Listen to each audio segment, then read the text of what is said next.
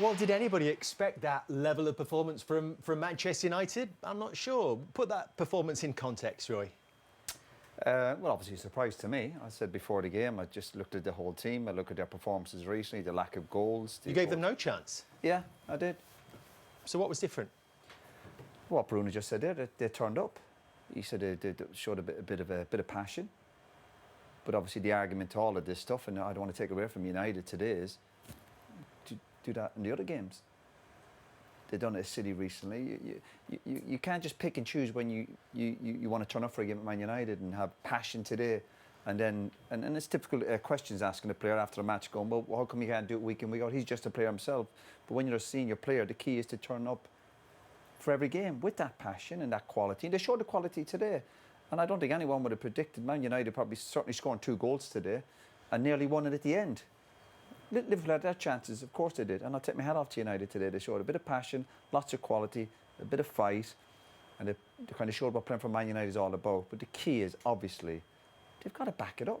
They've got to back it up. And the next week, obviously, the Arsenal in the Cup next, they've got to turn up with the same attitude, the same level of performance, the same fighting spirit, and then you've got a chance of winning matches. Do you think they surprised Liverpool with their level today? Yes, but when I listened to Arne Slot's interview before the game, he said they've got the players and they've got the talent in the squad, but the performances haven't, garnered the results. And today, I think they've shown their true colours, maybe in terms of the manager's system and how they played it, and they showed a lot of fight, they showed a lot of composure on the ball, and that's been lacking in recent weeks, of course. So I think they performed to a level where the manager can be proud, the players can be proud of themselves to say, look, like Bruno said in his interview, this is what we can be. But in turn, you have to do that every single week. You can't pick and choose against the bigger teams. You say, OK, all eyes are on us today, lads. We're going to perform and give our best games. But when you're playing against the lesser teams, when you're expected to get the results and you're expected to create things and they don't respect you or you don't respect them as much, that's when you've got to put those teams away. And United should come out with, I hope the message coming out from United over the next few days is also that, listen, we actually still have that belief. I know the manager spoke before the game about they're anxious and they're nervous, but the players have to come up with a message. We still believe we can turn in them type of performances. We have seen them before. The problem is they don't do it week in, week out. Far from it. They're very inconsistent. You should look at the league table and the goals against. It's so bad. It's unbelievable. But the players, you ask for honesty from your group of players, but I don't think this group of players are honest. Because if you're not putting in a performance week in, week out, there's something obviously amiss. But I think they have a chance the next few days to also play it cool. Everyone will be criticising Liverpool now, but Liverpool also, no need to panic from Liverpool's point of view. It's another point, it's another game, and listen, they could have won it themselves.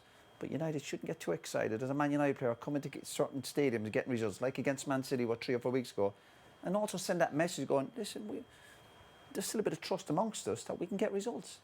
Well, I suppose the first question United had to answer, could they get through the first half unscathed, which is what they did. All the goals came in the second period. And the next question, could they actually then break Liverpool down? How did they do that, Roy? By taking them opportunities and obviously by pressing and good play. And we see here, Martinez obviously getting it high up the pitch. And Bruno, we know Bruno's quality.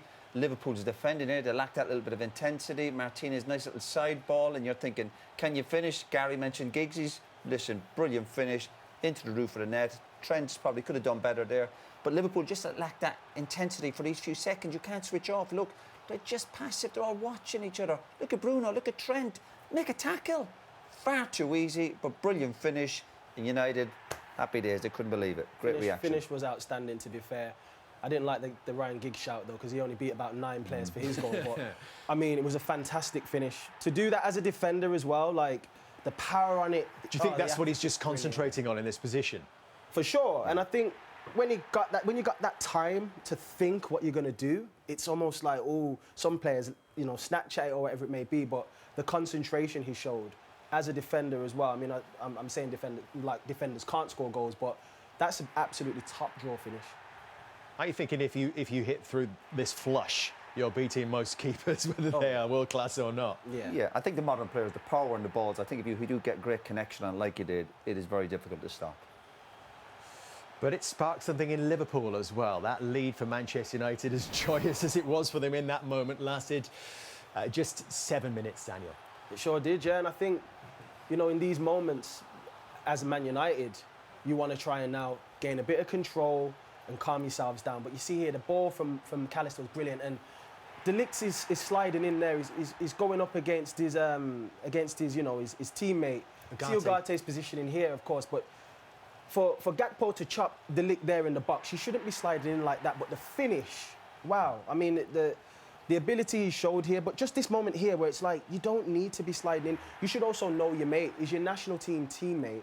So you're thinking... Probably why he's desperate to stop him yeah, scoring exactly in the first that. place. But the finish, wow. Yeah, I think we sometimes forget, obviously we finished a few years ago, the power now that these players have in this shot, it's just unstoppable. Just on that, if you're De Ligt in that position, what should you be doing rather than diving in like that? Because everyone said you shouldn't be doing it, but what should you actually do? Your mindset should be, obviously, you've got to try and stop the shot, but also thinking if you walk with him... Right, but he's a right-footed winger playing on the left. I want to go on my right foot. That's where I want to go. If you show me line, I have to cross it. But if you give me the opportunity to cut inside, the whole goal is there for me. Yeah, he should obviously want him shooting with his left from there and to go. Do you fancy beating our goalkeeper from there? No, but as soon as he cuts back in, he's in trouble. But United never got set properly when they cleared it from the first free kick. Smart finish from Gakpo, and a poor few minutes in truth for Matthias De Ligt, who's then penalised for a handball 10 minutes after that. Do you think it's just instinct to this position, Daniel? Yeah, it's a strange position for his arm to be in, which is obviously why the penalty was given. It seems like a reaction, almost like, he turns his back a little bit and his arm goes up. It's unfortunate for him, obviously, because he didn't mean to do it, but it happens. Your arms are going to go in places they shouldn't be, and in the box as a defender, it's important for you to not leave your arms in positions like that. Deemed to be in an unnatural position. I'm not sure as soon as the anyone referee can argue obviously against goes over, of course, a penalty. It's harsh, but it's the right decision. Yeah. It's tough on him. And there was quite the kerfuffle before the penalty. We knew who was going to take it. It was just a matter of when he was going to get the ball in his hands. Of course. And the keeper got his hand to it as well. But the power of Mo is never in doubt, was it? Mo is that guy, man. He really is that guy. 16th goal against Manchester United. He's him. He's 31 goal involvements already this season. The celebration was quite something as well. It went on for about 3 minutes, didn't it? I know, but you got to lap it up, haven't you? You know what I mean? Look at the smile on his face, man. Look at the smile on his face. He's just like, you know who I am. You know what I do. You know it's me again. It's amazing. We talk about him a lot, but there's not many players out in world football who can guarantee you the amount of goals and assists he gets. It's just fantastic. Yeah, there we go. Lap it up again. Just smile, enjoy it. Is he lapping it up because it's not going to last for too much longer, Daniel? I don't think so, man. I don't know. I just feel as if he's enjoying himself more than I've seen in the last few years, and I think he's just enjoying it. I think this is the moment where... A bit over the top when he sits down, but we laugh. Yeah, that was a bit extra, though. I can't even lie. That was a little bit extra. It was amazing, the contrast, actually, the silence before he stepped up to take the kick to the roar when that went in, and huge relief around Anfield. But another twist in the game, because the roar, with 10 minutes to go, came purely from the Manchester United section.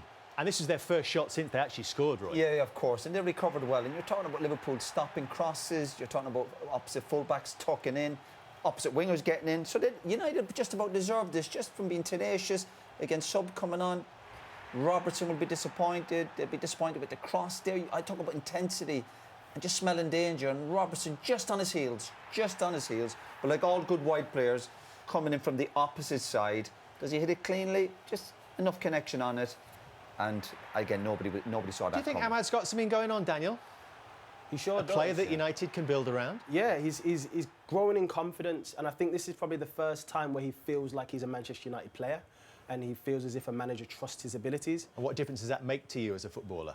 I think you get to play your game, and I don't think you doubt yourself when you're going on the pitch thinking, I could be coming off at 55 minutes here, so I've got to do everything in 45. And I think as a young player specifically, when you start getting games and you realise the manager's starting to trust you, then you start to realise, like, OK, I am supposed to be here. This is my moment. I can take shots when I want. I can dribble.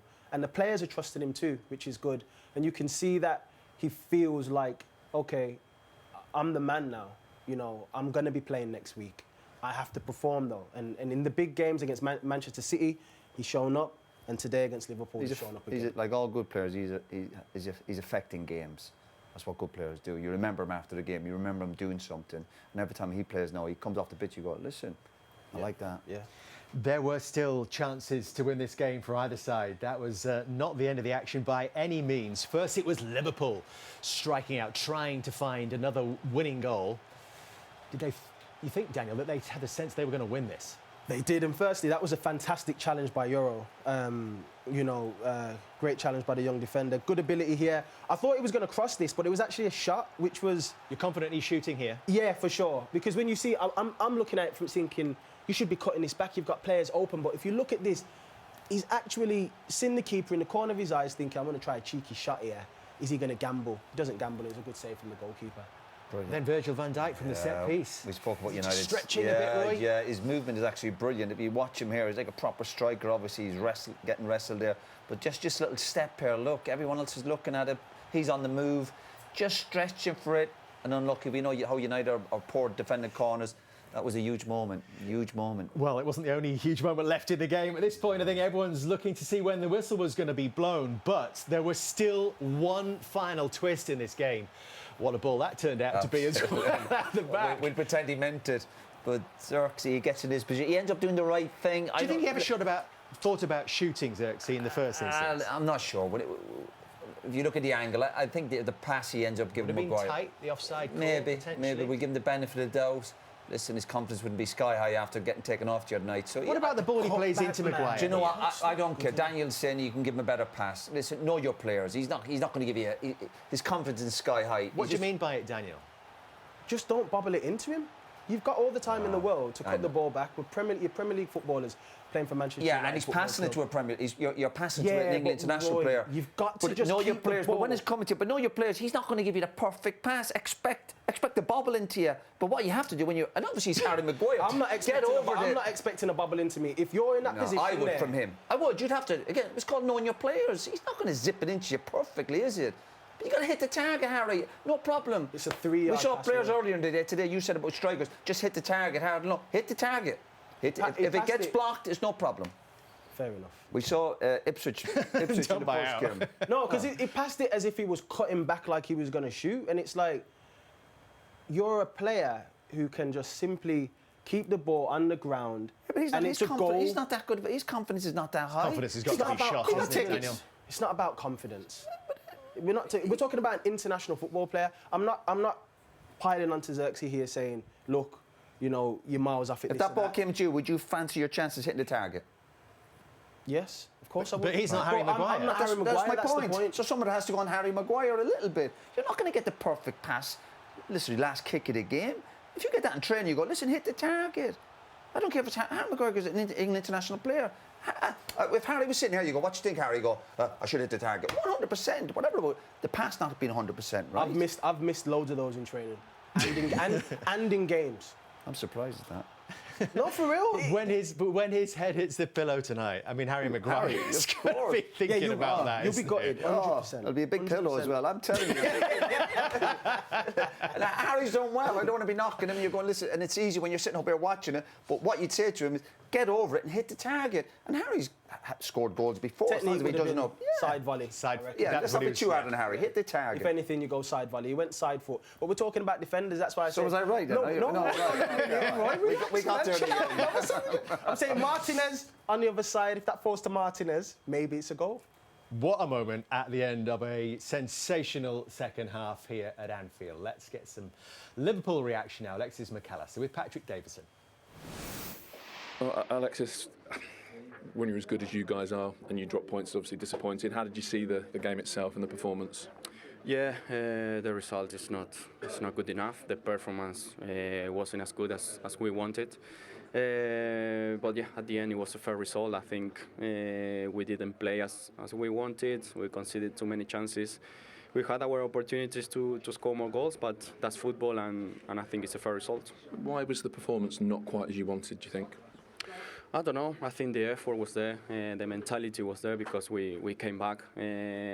But when you are winning 2-1, 75 minutes, you have to defend better, and we didn't do it. So, yeah, we have to think about it, improve the things that we did wrong, and move on. It was almost like it took to go 1-0 down to really spark you to your best level. Would you agree? Yeah, and I think it happened many times to us. I think we started games where we are losing, and after that we react. So that's not what we want. So that's why I say that these are the things that we have to think about it and improve. But at the end, it's football. As I said, the effort was there, the mentality is there, so we are not worried at all. I wonder if the noise around the match today was quite difficult to deal with. There was a lot of, Liverpool won't just win; they'll win big. And for a player, it's not a great mindset to be in, is it? And I'm sure you weren't, to be honest. Yeah, I mean, it doesn't bother me. I think that's the way football is. That's the way the show is, and that's as I say, it's the show. We don't think about it. We just try to do our job to win games. And as I said, today it wasn't our best day, so that's why we couldn't win. Thank you. Thank you very much.